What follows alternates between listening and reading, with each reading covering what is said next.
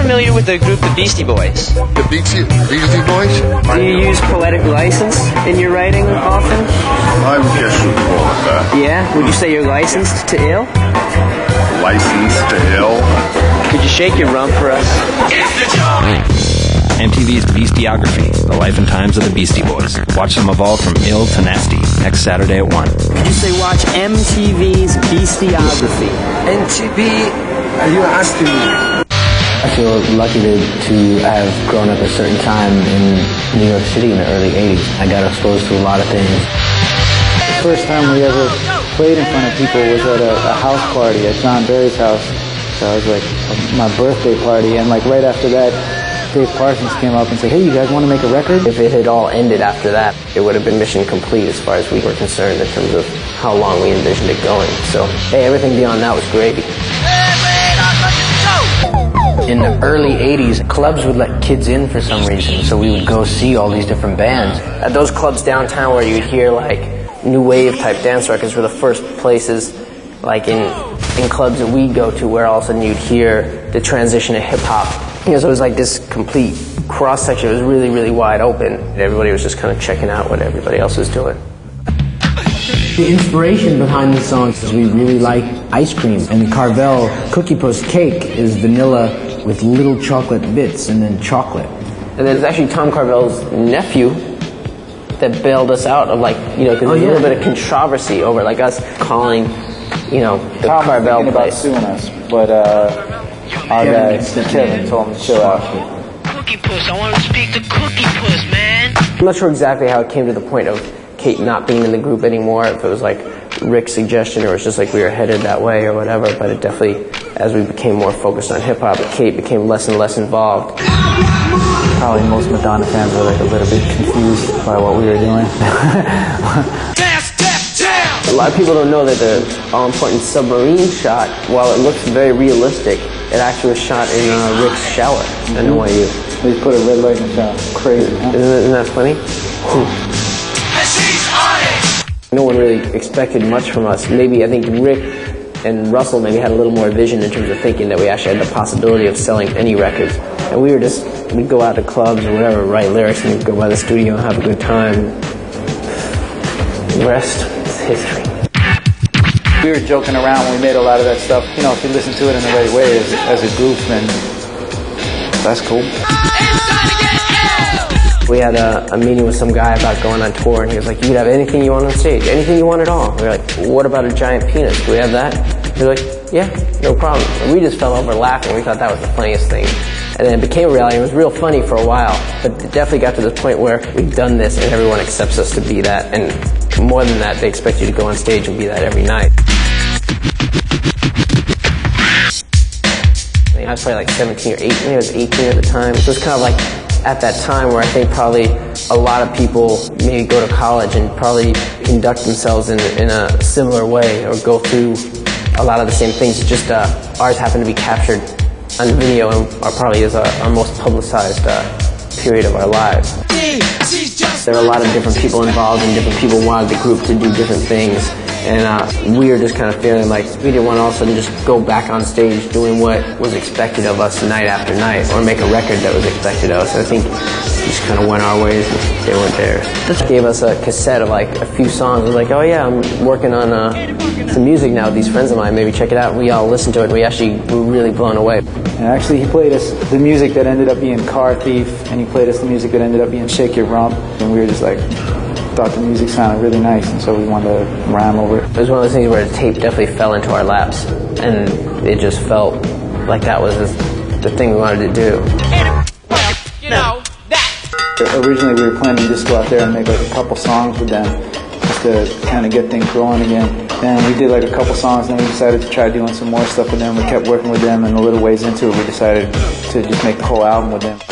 But we got in touch with, I think, the fact that what was important was sort of the three of us and what we wanted to do as opposed to trying to live up to whatever it was that this caricature that people expected us to be.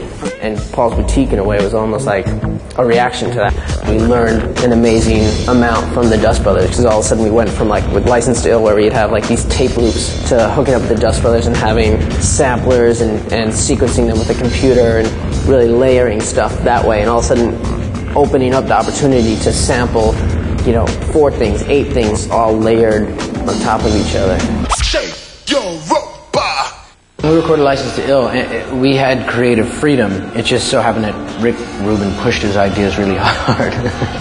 But when we recorded Paul's Boutique, we all did it all, and it wasn't just us, but it was with the Dust Brothers, and it was never a thing of like they had to impose these ideas on us, and we didn't impose ideas on them. It was like we were all making this music together, and it was a nice time and friendship and collaboration. I remember being really surprised that Paul's Boutique didn't do better than it did when it came out, because I kept feeling while we were working on it like it was so much better of a record than License to Ill. I would imagine it's going to do like much better than that. So when it didn't, then I was kind of like, well, you never know. People expected Beastie Boys to do one thing, and instead of doing this one thing, we actually completely broke south and did something else.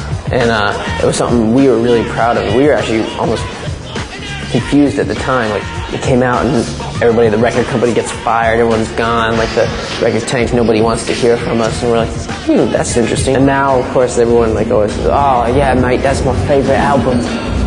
Brilliant. We went there every day and just to jam, to try to write songs, just to hang out. And Mario would come down every night then and just record it, just record all of the jam and stuff, just because he was thinking like, let's do this. We can do this. Let's do this. What is your favorite music video of yours? Of ours, Nettie's Girl is one of my favorites of ours. Yeah, Nettie's Girl is. There's a few that is document the time perfectly. Paul's Boutique, we just went off. We were like in expensive, fancy studios all the time. We brought in like air hockey tables, pool tables, video games, and afterwards we kind of realized, well, with all that money we spent, we actually could have just probably built our own studio. But it was actually a good time because nobody was watching us to sort of see what we were doing. Nobody was saying, oh, you guys have to go record in this professional type studio. The record company didn't know what to do with us. They were just like, okay, here's your money, go do what you're going to do. We basically took that money and then went and built our own studio. All of a sudden we started playing instruments again. That was all stuff that we hadn't done in a really, really long time. So we would have been really uncomfortable paying $1 gazillion an hour while we're kind of trying to figure out what the hell we're doing on these instruments. So it just kind of gave us like endless time and endless possibilities. Yeah, we built a half pipe in there with some friends for skateboarding. We put up like a rim for basketball. You just hang out. Rather be off by ourselves in some place that maybe isn't a fancy studio that doesn't have the best equipment, but have the time to do whatever we want to do and enjoy ourselves, and then we could, go in for like a few hours if we wanted and not feel like, oh, okay, we're here at the studio, we have to be here for the next 14 hours. It was really more of, I think, a lifestyle decision. Through rap music, obviously comes, funk music and R&B, and we were really into a lot of that. So I guess we wanted to be able to play that music. Since we Luscious Jackson, they gave us a demo tape of something they were working on, and it just kind of became this thing we listened to all the time. And they were kind of asking us, well, who could you hook us up with that can maybe put it out? It's like, all right, well, why don't we just put it out?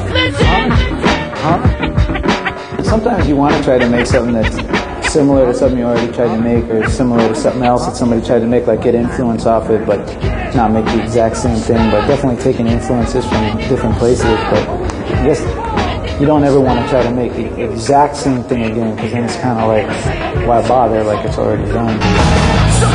I'd say Sabotage we made in a similar way to like starting our own studio or building our own studio in terms of making a record. Like instead of having a big crew and shooting all in one day, we had hardly any crew. Like Spike shot a lot of it himself, and we had like hardly anybody around us, and just shot for like a bunch of days.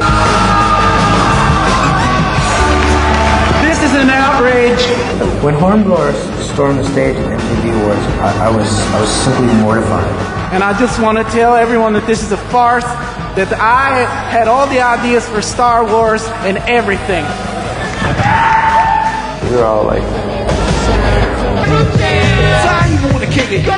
whatever involvement I'm able to put in, it definitely makes me feel good to be able to help with that. I think it's really everybody working together that makes the whole thing come together. It's all the artists that put in their time, the people that come down to the show that actually care about it, and the people that are, involved in putting it on. It's like everything working together. One thing that Buddhism teaches is that the only thing that actually brings us lasting happiness, that really makes us happy, is when we're doing things to benefit other people. Anything that you think that you can do on an immediate level for happiness, the normal things that we go after, like trying to make money or buying the new cool sneakers that nobody else has or whatever, those things don't lead to any lasting bit of happiness. If you get the cool sneakers that nobody else has, then somebody else is going to get them, or they're going to get messed up, or whatever's going to happen, and that, you know, whatever the happiness was immediately turns into negativity. But when you do things to benefit other people from a really pure place in your heart, then that really is like a fulfilling feeling that lasts no matter what happens. You know that you've contributed that. It's given some meaning to me to be famous or to be able to play music. If I can use that attention that I have to try to do something positive to help other people, then it gives some meaning to that. On July 14, Hello Nasty hits the stores, heavily fueled by the sampling prowess of King Ad Rock.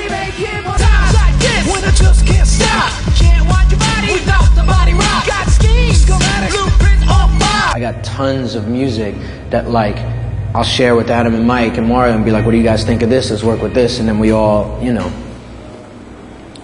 share. Get it down with no delay. Mix master Mike, what you got to say? Bug out. Every single number on the screen in front of you. The response has been tremendous. In true Beastie style, they made the album available to their fans 1 week early with this public access infomercial. Hi, this is Jack Freeweather here, and I want to show you some of my great time-saving techniques. And here he is, Bill Swenson. Yeah, my friend told me about this product. It's like a random thing, you know? And I was like, that's so random. But then I like bumped it in my Walkman, like in between meetings, and I'm just like juiced the whole day. Cut faster! Call now. That's 1-888-711-BSTE. The first video from Hello Nasty was directed by longtime collaborator and Yauk alter ego Nathaniel Hornblower. While the video was shot in Japan, the record marked the band's return to their roots, New York City. Checkerhead was like West Coast thing. Ill Communication was like East-West. So it was like a transition. And then like Hello Nasty is like East Coast. Everything affects the music, all the people who are working on it, or the place where you're at, like all those things. So being in New York definitely has some effect on the new record. You know, the group's just been lucky so far. Knock on wood, you don't know, but so it just lands on its feet. I don't really know why. Yeah, we're like Bucky the Lucky Duck. Nope.